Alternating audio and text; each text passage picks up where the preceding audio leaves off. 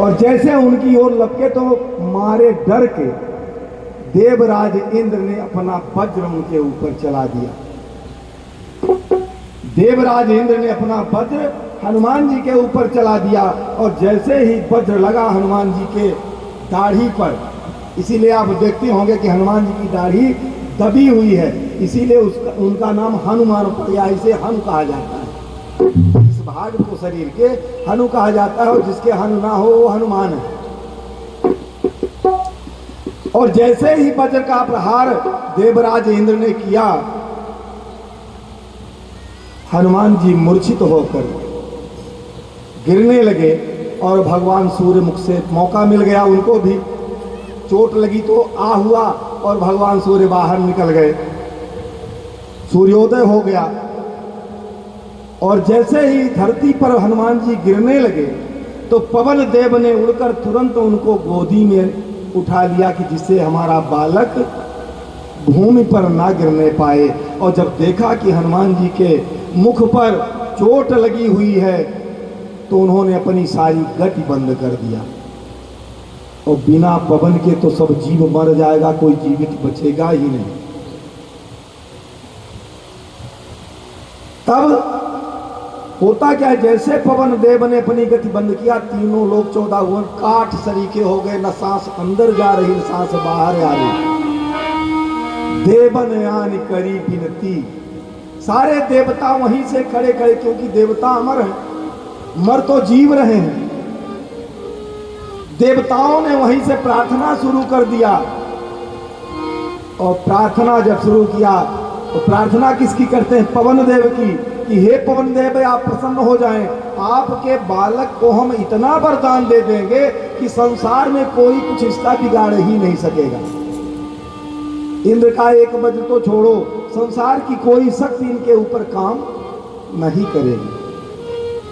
पवन देव प्रसन्न हुए, अपनी गति को संचालित किया, तो जब संचालित किया तो सारे संसार में प्राण का संचार हुआ और जब प्राण का संचार हुआ तो सभी जीव अपने अपने चेतना को प्राप्त हुए। ये कथाएं इसलिए कह रहा हूं कि जहां भी हमने देखा है, अपना अनुभव कह रहा हूं, इन कथाओं का उल्लेख ही नहीं करते गए। और बिना हनुमान के राम तो अधूरे हैं। यदि राम नहीं तो हनुमान नहीं और हनुमान नहीं तो राम नहीं। इस तरह से भगवान शंकर ने 11वां रुद्र, जिनकी पूजा रावण ने नहीं कर पाया था, उसे 11वें रुद्र के रूप में, हनुमान के रूप में माता अंजनी के गर्भ से भगवान शंकर प्रागट लेते हैं। बोले हनुमान जी महाराज की जय। माताओं में इतनी शक्ति है कि भगवान को बालक बना रहे हैं। हनुमान जी महाराज चेतना में आते हैं और धन्वंतरी वैद्य, जो देवताओं के वैद्य हैं, वो आकर हनुमान जी का उपचार करते हैं। उपचार करके उनकी टूटी हुई हनु को जोड़ते हैं। ये जो शल्य क्रिया है तो आज की नहीं है, हमारे ऋग्वेद में इस शल्य क्रिया का 5000 वर्ष पूर्व उल्लेख किया गया है। जो आज संसार में कहते हैं कि वो फला देश में है, हमारे देश की जो टेक्निक थी वो संसार में दुर्लभ है। और आपको यकीन नहीं होगा, कभी मौका मिले तो महाराष्ट्र में आइएगा, औरंगाबाद में अजंता एलोरा की गुफाएं हैं। वहां पर एक मंदिर बनाया गया है, एक चट्टान से ही पूरा मंदिर है। केवल एक चट्टान से, पत्थर की एक चट्टान को काटकर पूरा मंदिर बनाया गया है और मंदिर भी इस मंदिर से विशाल है। सोचिए कैसी तकनीक रही होगी उस जमाने में, और जिसके निर्माण काल का कोई समय ही नहीं है कि वो कब का बना हुआ है। तो धन्वंतरी वैद्य ने आकर हनुमान जी महाराज की प्राथमिक उपचार किया। उन्होंने दवा की और उनकी हनु को तोड़ा हुआ था जो इंद्र ने, उसको फिर से जोड़ दिया। शल्य क्रिया हुई उनकी और हनुमान जी जीवित हो गए, चेतना में आ गए। तब ब्रह्मा जी वर सबसे पहले आते हैं और सारे देवताओं से कहते हैं कि यह बालक कोई साधारण बालक नहीं है, हम जानते हैं इस बालक के रूप में क्या कौन है। तो जब देवताओं ने पूछा कौन है तो बोले स्वयं भगवान शिव विराजमान है, ये बानर नहीं है। सारे देवता प्रसन्न हो गए और सबसे पहले भगवान सूर्य ने उनको वरदान दिया। भगवान सूर्य ने कहा कि ये सबसे पहले हम ही को स्पर्श किए हैं, इसलिए सबसे पहला वरदान मैं इनको देता हूं कि संसार का जितना ज्ञान है, जितनी विद्याएं हैं, सारी की सारी हनुमान जी महाराज में विराजमान हो जाएं। इसीलिए हनुमान जी को महाराज को कहा गया है ज्ञानी नामाग्रगण्यम, ज्ञानियों में सबसे ज्ञानी अग्रणी नाम जो है हनुमान जी महाराज का है। और मेरे द्वारा जो निर्मित सुदर्शन चक्र है उसका प्रभाव इनके ऊपर नहीं होगा, ये हम वरदान देते हैं। भगवान सूर्य के शरीर से काटकर सुदर्शन महासुदर्शन चक्र की रचना हुई थी। तो वरदान दिया उन्होंने कि हमारे शरीर से उत्पन्न जो महासुदर्शन चक्र है उस चक्र से इनका कोई बाल भी बांका नहीं होगा, ऐसा हम वरदान देते हैं। और ये वरदान देते हैं कि जब ये प्रौढ़ हो जाएंगे तो इनको विद्या अध्ययन भी मैं कराऊंगा। हनुमान जी महाराज के गुरु भगवान सूर्य हैं। ऐसा वरदान दिया, पवन देव ने उड़ने की शक्ति दे दिया, वरुण देव ने जल से भय कर दिया, अपने वरुण पास से मुक्त कर दिया। ब्रह्मा जी ने कहा कि हमारी ब्रह्मपास और ब्रह्म शक्ति का प्रभाव इनके ऊपर नहीं होगा। इसीलिए जब मेघनाद ने नागपास में बांधा उनको तो हनुमान जी बंध नहीं पाए थे, विचार करने लगे थे कि ब्रह्मस्त्र ही सांधा कपि मन कीन विचार, और जोन ब्रह्म सर मानऊ महिमा मिटई अपार। मर्यादा रखा था उन्होंने, क्योंकि पहले ही ब्रह्मपास से मुक्त थे वो, इसलिए जानबूझकर उन्होंने ब्रह्मपास को अपने शरीर पर लपेट लिया। ब्रह्मपास में बंधे नहीं थे। मेघनाद को बड़ा आश्चर्य हुआ कि जिस ब्रह्मपास में बड़े बड़े देवता नहीं बच सके, बंध गए, ये साधारण बंदर, इसके ऊपर ब्रह्मपास का प्रभाव नहीं हो रहा। क्योंकि मेघनाद साधारण योद्धा नहीं था, भगवान राम ने प्रशंसा किया था मेघनाद की। लंका में सचमुच महाशक्ति उस मेघनाद योद्धा की थी, था बारिद नाम इसका युवराज, उसी की पदवी थी। और लक्ष्मण जी को समझाया था प्रभु ने, हे लक्ष्मण इतना ध्यान रखना। लक्ष्मण जी को जब युद्ध में भेजे थे तो उन्होंने कहा इतना ध्यान रखना कि मेघनाद के शरीर को तुम छिन्न भिन्न करके आना, उसके शरीर को एक जगह पर मत रखना कि आप शीश काट दो और सोच लो कि ये मर गया।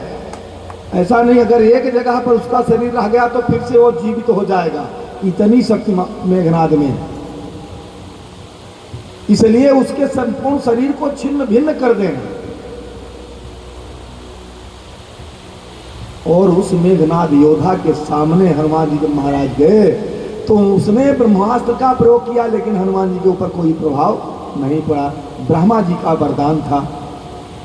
अग्निदेव से भय मुक्त हो गए। अग्निदेव ने वरदान दे दिया कि मेरा कितना भी प्रलयाग्नि का रूप हो, लेकिन उसमें हनुमान जी का बाल बांका नहीं होगा। इसलिए लंका सारी जल गई और पूंछ नहीं जली। हनुमान जी महाराज के शरीर पर कोई खरोच नहीं आई, क्योंकि पहले ही अग्निदेव ने वरदान दे दिया था। 3 प्रकार की अग्नि होती है, दावानल, बड़वानल और जठरानल। दावानल वन में निवास करती है, जब वन में आग लग जाती है उसे दावानल कहा जाता है। बड़वानल जिससे हमारे समुद्र का पानी खौलता रहता है। कभी कभी आपने सुना होगा कि ज्वालामुखी फटते हैं, वह ज्वालामुखी के रूप में बड़वा नल है, जो समुद्र में निवास करती है, जो समुद्र को जमने नहीं देती। यदि समुद्र जम जाएगा तो वर्षा नहीं होगी, और वर्षा नहीं होगी तो हम आप जीवित नहीं रहेंगे, संसार का निर्माण नहीं होगा, पालन नहीं होगा। और जठरा नल सब जीवों के उदर में निवास करती है। कभी कभी जब तन में कमजोरी आ जाती है, भोजन का पाचन नहीं होता है, तो डॉक्टर या वैद्य कहते हैं कि इनकी अग्नि कमजोर हो गई, पाचन क्रिया जिसको कहते हैं, तो वह जठरा नल जो है वो धीमी पड़ गई है, इसलिए इनको कुछ ऐसा भोजन चाहिए जिससे वह तेज हो जाए। ये जो भोजन हम करते हैं तो अग्निदेव को ही भोजन कराते हैं, इसलिए कभी भी अशुद्ध भोजन नहीं करना चाहिए। शास्त्रों में जो कहा है कि लहसुन प्याज का त्याग कर देना चाहिए, तो क्यों? क्योंकि यह भी भगवान को ही भोग लग रहा है। जो हम भोजन कर रहे हैं तो उधर में अग्निदेव विराजमान है, उनको ही भोजन कराया जा रहा है। नहीं तो भोजन कर ले तो जैसा करेंगे वैसा रखा रह जाता, अंदर पचता कैसा? इसलिए उस अग्नि में, जठरा नल में वह भोजन नष्ट हो जाता है, जल जाता है। इस प्रकार अग्निदेव के 3 स्वरूप हैं और इन 3 स्वरूपों में 3 जगह निवास करते हैं। उन्होंने वरदान दे दिया कि तीनों अग्नि में कहीं भी हनुमान जी का कोई बाल बांका नहीं होगा। सारे देवता, इंद्र ने अपने वज्र से अभय कर दिया, आदिशक्ति मां जगदम्बा ने अपनी ब्रह्म शक्ति से इनको अभय कर दिया। सारा वरदान हनुमान जी को मिल गया। अब इतना वरदान पाने के बाद कोई शांत रहेगा क्या? इतनी शक्ति किसमें आ जाए? अरे हमारे अंदर तो थोड़ी सी शक्ति होती है तो उछल कूद मचाने लगते हैं, और ब्रह्मांड की सारी शक्तियां जिसके अंदर आ जाए वो क्या करेगा? बड़े उत्पाती हो गए हनुमान जी महाराज। एक तो बानर, दूसरे बालक, बर रहे बालक एक स्वभाव देखिए ना, जैसे देखिए एक रूप बैठा हुआ है। अब वो संतों के आश्रम में तो रहते ही थे, और केसरी नंदन राजा थे, और राजा का कोई पुत्र हो, राजकुमार ही है, उसे कोई बोल भी नहीं सकता। संत महात्मा केसरी के डर से बोलते नहीं थे, और हनुमान जी किसी की दाढ़ी नोच के भाग जाए, किसी का जटा नोच के भाग जाए, किसी का कमंडल लेके भाग जाए, किसी के ठाकुर जी को ले जाके पानी में डाल दे। और इनके साथी तो और हो गए नल और नील, नल नील नाम के 2 और हो गए। ब्रह्मा जी ने सारे देवताओं को समझाया था, जब देवताओं ने भगवान की स्तुति किया और भगवान आकाशवाणी हुई कि अब हम अवतार लेंगे, तो ब्रह्मा जी सबको समझा के गए थे। निज लोक कहीं बिरंची गए, देवन है सिखाए, बानर तन धरि धरि मही, हरिपद से बहु जाए। सारे देवताओं को उन्होंने कह दिया था कि बानर का रूप धारण कर लो, मनुष्य का नहीं, क्योंकि नारद जी ने श्राप दे दिया था कि कपि आके तुम कीन हमारी, करी है कीस सहाय तुम्हारी। तो ब्रह्मा जी ने सोचा कि नारद का वचन झूठा हो जाएगा, इसलिए सब लोग बानर का रूप धारण कर लीजिए। तो सारे देवतागण जो है तो बानर का रूप धारण कर लिए। उनमें नल और नील थे, और ये थे कौन? वरुण और कुबेर। वरुण और कुबेर ये दोनों नल नील का रूप धारण करके आए। अब दोनों ये भी गंधर्व थे, वरुण भी गंधर्व, कुबेर भी गंधर्व, बड़े उत्पाती। जहाँ पावे तो संतों के कमंडल उठा के पेड़ पर टांग दे, लंगोटी ले जाकर पेड़ पर टांग दे। बड़ा उत्पात मचाया इन लोगों ने। अब संत बेचारे राजा के डर से कुछ ना बोले, केसरी नाराज हो जाएंगे। उनके आश्रय में रहते थे, क्योंकि रावण का डर था, और रावण केसरी से बहुत डरता था। केसरी बहुत बलवान थे, तो उनके डर से संत लोग सोचते थे कि हमारी रक्षा भी यही करते हैं, इनको कुछ ना बोले। लेकिन जब अति हो जाती है, सिर से पानी गुजरने लगता है, तो कुछ ना कुछ तो फिर बोलता है। तो ऋषियों ने आपस में सलाह किया कि इनको ऐसा श्राप दिया जाए जो भविष्य में इनके काम आए। इनको ऐसा श्राप दिया जाए जो आने वाले समय में भगवान के काम आए और हम लोगों को शांति भी मिले। तो ऋषियों ने इनको श्राप दिया, नल नील को श्राप दिया, जाओ जिस पत्थर को तुम छुओगे वो पानी में तैरने लगेगा, डूबेगा नहीं। नल नील कपि दूनहु भाई, लरिकाई ऋषि आशीष पाई, तिनके परस किए गिरिभारे, तरिहं जलधि प्रताप तुम्हारे। समुद्र ने समझाया था भगवान को कि हे प्रभु, आपकी सेना में 2 इंजीनियर भी हैं, आप चिंता ना करें, समुद्र को सुखाने की जरूरत आपको नहीं पड़ेगी। लक्ष्मण जी ने कहा कि कादर मन कहूं एक अधारा, देव देव आलसी पुकारा। प्रभु आप भी आलसी बन गए, आप विनय कर रहे हैं। अरे आपके पास इतने बड़े बाण हैं कि एक ही बाण से सारा संसार सूख जाएगा, समुद्र की बात क्या है। भगवान राम ने समझाया, ऐसे ही करब धरहु मन धीरा, बिहस बचन बोले रघुवीरा। भ्राता आप शांत रहो, मैं ऐसा ही करूंगा, लेकिन हमारी मर्यादा जो है उसका पालन करना चाहिए। तो ऋषियों ने वरदान दे दिया, जिस पत्थर को आप हाथ लगाओगे वह पत्थर पानी में तैरने लगेगा। और हनुमान जी को श्राप दिया कि जाओ तुम अपना बल भूल जाओ, जो तुम्हारे अंदर शक्ति इतनी उछल रही है इसको तुम भूल जाओ, और जब कोई तुम्हें याद दिलाएगा तब तुम अपने बल का स्मरण करके फिर से वैसे ही हो जाओ। अब श्राप हो गया, तीनों मूर्तियां शांत हो गई। ऋषियों की जान में जान आई कि चलो कम से कम ढंग से भजन तो कर पाएंगे, नहीं तो इनके डर के मारे तो भजन भी नहीं होता था। इस तरह से भगवान शंकर ने राम की सेवा के लिए हनुमान जी के रूप में धरती पर अवतार लिए, और अवतार लेकर अब प्रतीक्षा करने लगे प्रभु के आने की।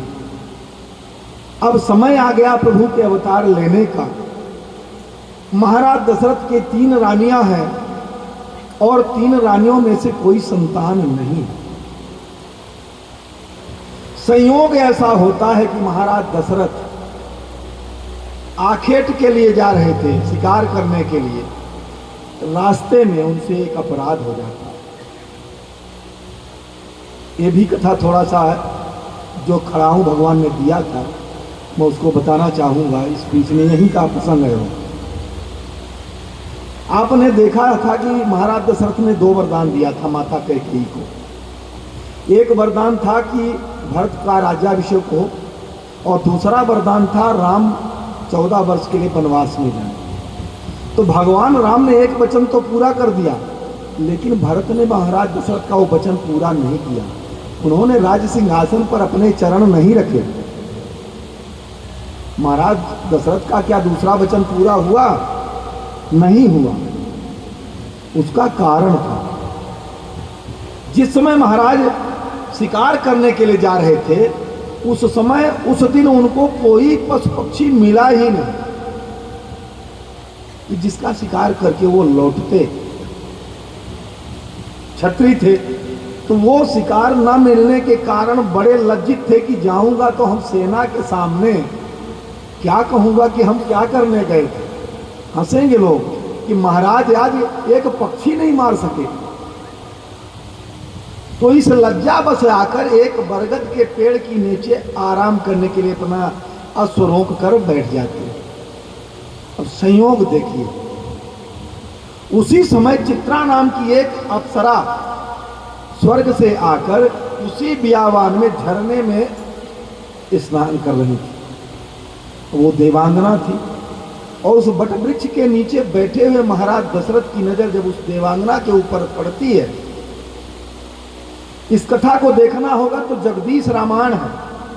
जगदीश रामायण के दशरथ प्रसंग में यह पूरा 53वें अध्याय में, जगदीश रामायण के 53वें अध्याय में आपको यह प्रसंग मिलेगा पढ़ने को, महाराज दशरथ के इस लीला का। अब उन्होंने जब देखा तो महाराज दशरथ जाकर उस झरने के किनारे पर खड़े होकर उस अप्सरा को देखने लगे। अब वो नहाने में मशगूल थी, लेकिन जब उसकी दृष्टि ऊपर जाती है तो देखती क्या है कि ऊपर खड़े होकर दशरथ जी उसको देख रहे थे। और किसी भी नारी को, चाहे वह पुत्री हो, स्त्री हो, माता हो, यदि स्नान कर रही है उस समय पुरुष को दृष्टिपात नहीं करना चाहिए। बहुत बड़ा पाप लगता है इसका, क्योंकि उस समय दृष्टि दोष लगता है और उस पाप से फिर कोई बचा नहीं सकता। इसलिए ऐसे समय में कभी भी माताओं के ऊपर नजर नहीं डालना चाहिए, भले ही अपनी पुत्री हो। ये शास्त्रों में कहा गया है। और जैसे ही उसने महाराज दशरथ को देखा तो उसी गीले वस्त्र में ही महाराज दशरथ के पास पहुंच गई हो। बोली, आपने मेरे संपूर्ण शरीर का अवलोकन किया है, आपको मुझसे विवाह करना पड़ेगा, क्योंकि आपकी दृष्टि मेरे संपूर्ण अंग पर पड़ी। अब महाराज दशरथ बड़े सत्य में आ गए कि ये अनर्थ हो गया हमसे। मोह की न मोह बस द्रोह, जैसे जनता ने किया था। महाराज दशरथ सोचने लगे कि हे प्रभु, ये कैसा अनर्थ हो गया। आकर उसी बरगद की छांव में बैठ जाते हैं, वो अप्सरा भी वहीं आ जाती है और जब हट कर देती है, यदि आप मुझसे विवाह नहीं करेंगे तो मैं अपना शरीर त्याग दूंगा। और वहीं पास में मतंग ऋषि का आश्रम था, जिनकी शिष्या थी माता सबरी। मतंग ऋषि अपने आश्रम से ये सारी लीला देख रहे थे। अब वो त्रिकालदर्शी थे, उनको सब मालूम था कि इस लीला से क्या होने वाला है, इसलिए अपने आश्रम से बैठकर ही सारा दृश्य देख रहे थे। अब इधर जब वो अप्सरा महाराज दशरथ से हट कर थी तो महाराज दशरथ ने गंधर्व रीति से उस अप्सरा से विवाह किया। लेकिन उस अप्सरा ने एक शर्त रखा था कि महाराज, आप क्षत्रिय हैं, रघुवंशी हैं, आपके यहाँ कई रानियों को रखने का रिवाज है और आपके पूर्व से 3 रानियां हैं, इसलिए आप वचन दीजिए कि जो मेरे गर्भ से पुत्र उत्पन्न होगा वही राजा होगा, आपकी 3 रानियों में से नहीं। महाराज दशरथ उनके मोह में आकर वचन दे दिया और अयोध्या चलने लगे। तो उसने कहा कि आप मुझे अयोध्या कब ले चलेंगे। तो महाराज दशरथ ने कहा कि यदि इस तरह से आपको मैं ले चलता हूं तो संसार हमें कामी कहेगा कि 3 रानियां होने पर भी दशरथ ने 4थी शादी करके और स्त्री महल में लाए। तो इसलिए हम चलते हैं अयोध्या में अपने राज दरबार में बैठकर यह प्रस्ताव अपने राज दरबार में रखूंगा और जब हमें अनुमति मिल जाएगी तब मैं आकर आपका वर्ण करके आपको अयोध्या ले चलूंगा। इतना वचन देकर महाराज दशरथ चल देते हैं और वह अप्सरा उसी बरगद के पेड़ के नीचे बैठकर उनका ध्यान करके तपस्या करने लगी। लेकिन भगवान को तो कुछ और ही मंजूर था। महाराज दशरथ जब वापस आने लगते हैं तो एक सरोवर के पास से गुजरते हैं। सरोवर के बीच में मेड़ थी। मेड़ के दूसरी तरफ श्रवण कुमार अपने माता पिता के लिए जल लेने आए थे और दूसरी तरफ ओट में महाराज दशरथ थे। तो जैसे ही कमंडल उन्होंने जल में डुबाया तो गुड़गुड़ की आवाज आई। महाराज दशरथ ने सोचा कोई हिरण पानी पी रहा है और उन्होंने अपना बाण चला दिया और जैसे बाण चलाया तो वह बाण उस कमंडल में ना लग के श्रवण कुमार के हृदय में जा लगा और जैसे ही बाण श्रवण कुमार के हृदय में लगा, श्रवण कुमार माता पिता कहकर और वहीं मूर्छित होकर गिर गए। जैसे ही श्रवण कुमार की आवाज महाराज दशरथ ने सुना, तत्काल दौड़कर आए और देखा तो वह ब्राह्मण कुमार तड़प रहा था बाण की चोट से।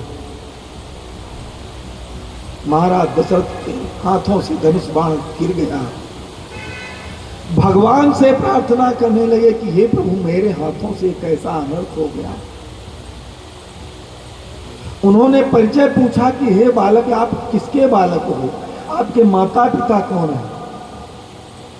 श्रवण कुमार अंतिम सांसें ले रहे थे। बोले, हमारे माता पिता दोनों नेत्र से हीन हैं, हम उनको तीर्थाटन के लिए लेकर जा रहे थे, उन्हें प्यास लगी थी, मैं जल लेने के लिए आया था, लेकिन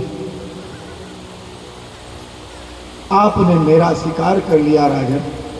पर एक काम कर दो, आप जाकर मेरे माता पिता को ये जल पिला देना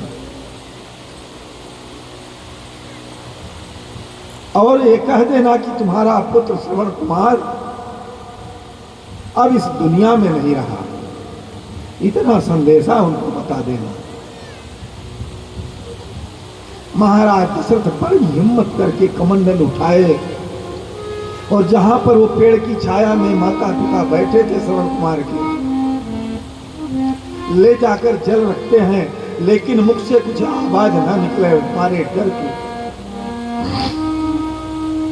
श्रवण कुमार के पिता ने कहा, पुत्र तुम बोलते क्यों नहीं, क्या बात है? जब तक तुम बोलोगे नहीं तब तक मैं जल ग्रहण नहीं करूंगा। महाराज दशरथ ने डरते डरते कहा कि मैं अयोध्या का राजा महाराज दशरथ हूं, आपके पुत्र का हत्यारा हूं। मेरा बाण लगने से आपका पुत्र अपने प्राण त्याग दिया। मैं जल लेकर आपके पास आया हूं, कृपा कर इस जल को आप ग्रहण करें। श्रवण कुमार के माता पिता ने कहा कि जब संसार में सबसे बड़ा शोक पुत्र का होता है, जब मेरा पुत्र श्रवण कुमार ही नहीं रहा तो जल पीकर इन प्राणों को रखने से क्या फायदा।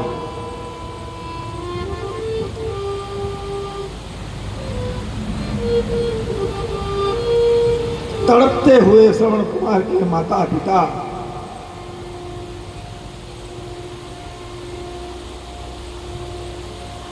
अपने प्राणों का उत्सर्ग करने के लिए तैयार हो जाते हैं, किंतु प्राण त्यागने से पहले श्राप दे देते हैं कि जाओ, जिस तरह से मैं अपने पुत्र के विछोह में प्राण त्याग रहा हूं,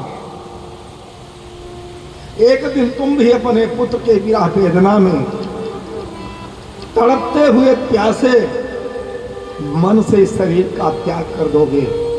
ऐसा श्राप देकर वो दोनों माता पिता उनके अपने प्राण त्याग देते हैं। श्रवण कुमार की एक बहन थी जिनका नाम था शांता। श्रवण कुमार एक भाई और एक बहन थे। जब महाराज दशरथ ने देखा कि ये दोनों अपने प्राण त्याग दिए, श्रवण कुमार भी अपने प्राण त्याग दिए, तीनों का अंतिम संस्कार महाराज दशरथ ने अपने हाथों से किया और मतंग ऋषि की आज्ञा से उनकी पुत्री शांता का उन्होंने गोदनामा लिया, अपने गोद ले लिया कि यह आज से मेरी पुत्री है। और उन्हीं शांता का विवाह महाराज दशरथ ने महाराज श्रृंगी ऋषि विभांडक ऋषि के पुत्र हैं श्रृंगी ऋषि। इनके पिता का नाम विभांडक ऋषि था। श्रृंगी ऋषि की भी कथा बड़ी विचित्र है। हिरणी से पैदा हो गए थे, मांडव्य ऋषि के द्वारा हिरणी से पैदा हो गए थे और पालन पोषण विभांडक ऋषि ने किया था। और विवाह महाराज दशरथ ने कन्या शांता से किया था महाराज श्रृंगी ऋषि।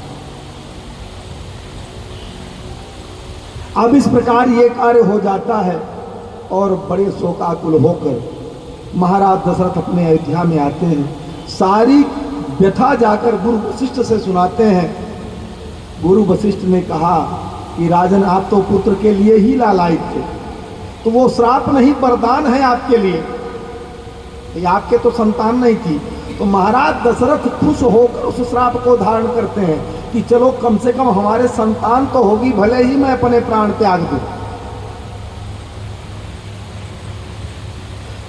ऐसा जानकर महाराज दशरथ बड़े प्रसन्न हो जाते हैं कि श्राप मिला, लेकिन कम से कम हमारी अयोध्या में दूसरी पीढ़ी के लिए संतान तो मिल जाएगी।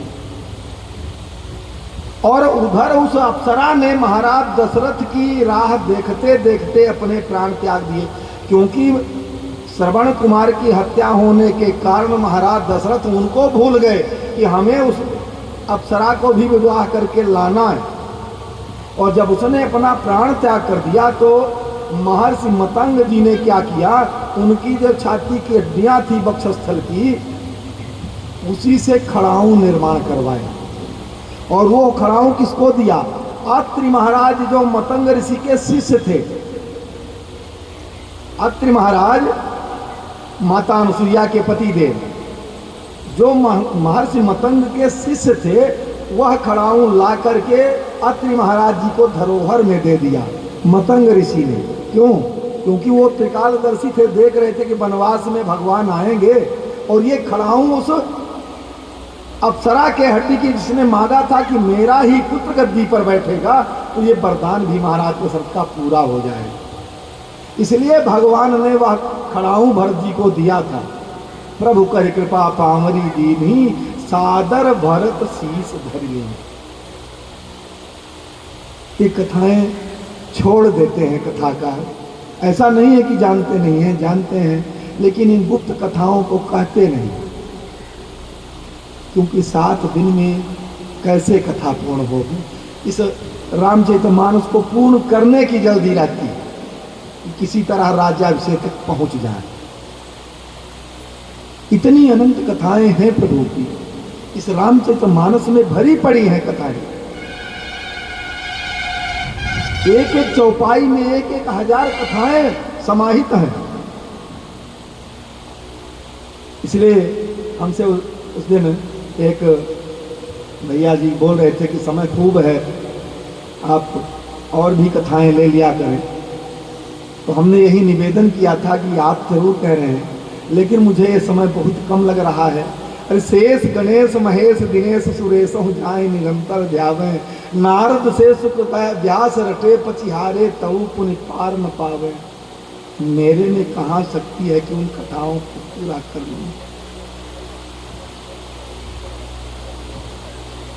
इस तरह से अब वो खड़ाऊं का निर्माण हुआ और इधर महाराज दशरथ अयोध्या में आते हैं, अपने गुरु वशिष्ठ से सारी कथा कहते हैं।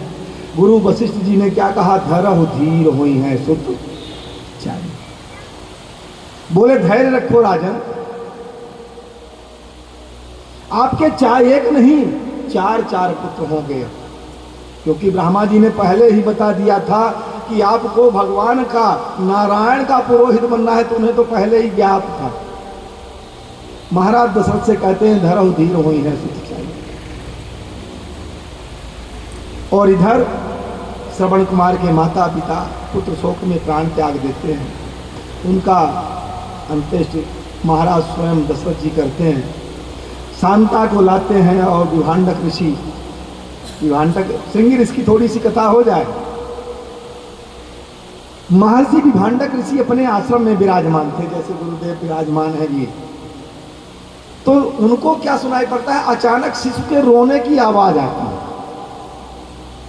अचानक शिशु के रोने की आवाज आती है।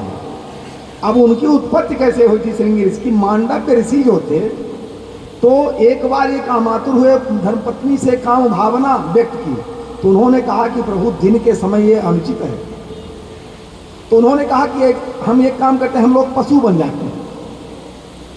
तो हिरण का रूप धारण कर लिया दोनों जनों ने, और उस समय महर्षि श्रृंगी ऋषि की उत्पत्ति होती है, और हिरणी के रूप में बालक को जन्म देकर वहां से वो चले जाते हैं। अब वो बालक, तत्काल का जन्मा बालक रोने लगता है, और जब रोने लगता है तो विभांडक ऋषि के सब कानों में आवाज जाती है, तो उनका ध्यान टूट जाता है कि हमारे इस जंगल में बालक कहाँ से रो रहा है। उस दिशा में चलते हैं जिस दिशा से आवाज आ रही थी, तो जाकर देखते हैं तो तुरंत का पैदा हुआ बालक जमीन पर पड़ा हुआ है, और संतों का हृदय बड़ा कोमल होता है। संत हृदय नवनीत समाना, कहा कबिन पर कहे न जाना। गोस्वामी जी ने लिखा है कि संतों के हृदय की तुलना कवियों ने मक्खन से किया है, लेकिन कहते नहीं बना। संतों का हृदय तो मक्खन से भी कोमल होता है। उदाहरण दिया कि निज परिताप द्रवय नवनीता, पर परिताप संत सुपुनीता। मक्खन में जब आंच लगती है, मक्खन को जब आग पर रखा जाता है तब पिघलता है, लेकिन संत का हृदय दूसरे की पीड़ा देखकर पिघल जाता है। मक्खन से भी कोमल होता है इन संतों का हृदय। बोले संत भगवान की जय।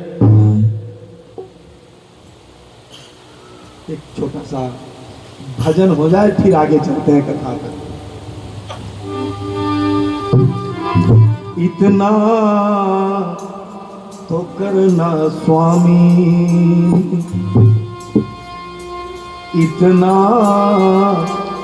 तो करना स्वामी, जब प्राण तन से निकले